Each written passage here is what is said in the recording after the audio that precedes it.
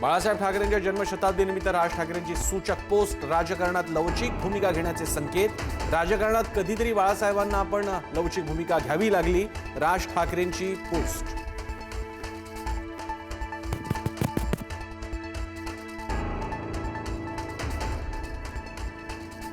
मुंबईच्या महापौर पदावर भाजप कोणती तडजोड करणार नसल्याची माहिती. शिंदे सेनेला उपमहापौर पदावर समाधान मानावे लागण्याची शक्यता. भाजप सगळ्यात मोठा पक्ष असल्यानं महापौर पदावर भाजप ठाम.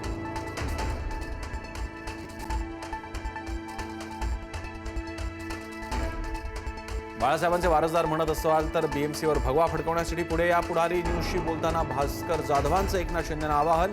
बीएमसी ठाकरेंची सेना, शिंदे सेना, मनसे आणि काँग्रेस एकत्र येणार का? राजकीय वर्तुळात चर्चा नव्हता. महाडमधील राड्या प्रकरणी मंत्री भरत गोगावलेंचे पुत्र पोलिसांना शरण. सुनावणीसाठी विकास गोगावलेंना कोर्टात हजर केलं जाणार. अचलपूरमध्ये भाजप आणि एमआयएमची कोणती युती नाही. भाजप एमआयएमला कधी सोबत घेणार नाही. मंत्री चंद्रशेखर बावनकुळे यांची माहिती.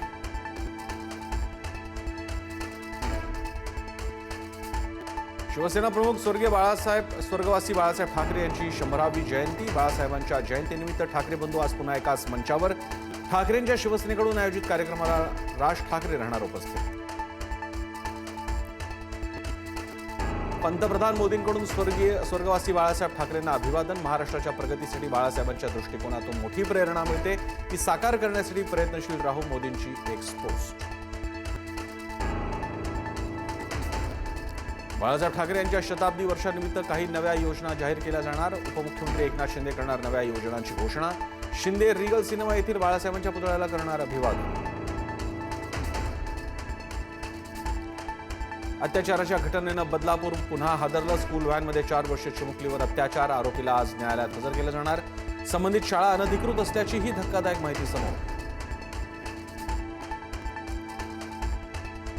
बदलापूर अत्याचार प्रकरणात धक्कादायक माहिती समोर. स्कूल व्हॅन चालवण्याची कोणतीही वैध परवानगी नसल्याचंही समोर. पुढारी न्यूजच्या बातमीनंतर वाहतूक पोलिसांची कारवाई.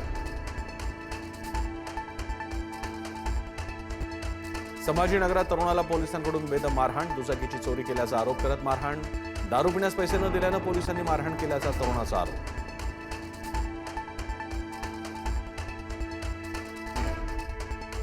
गृहनिर्माण सोसायटीत कारनं चिमुरड्याला चिरडलं. 5 वर्षांच्या बालकाचा जागीच मृत्यू.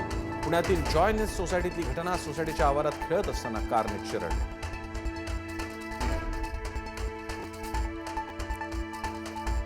सिमल्यात यंदाच्या मोसमातील पहिली बर्फवृष्टी. बर्फवृष्टीमुळे संपूर्ण शहर पांढरे शुभ्र. पर्यटकांमध्ये आनंदाचं वातावरण.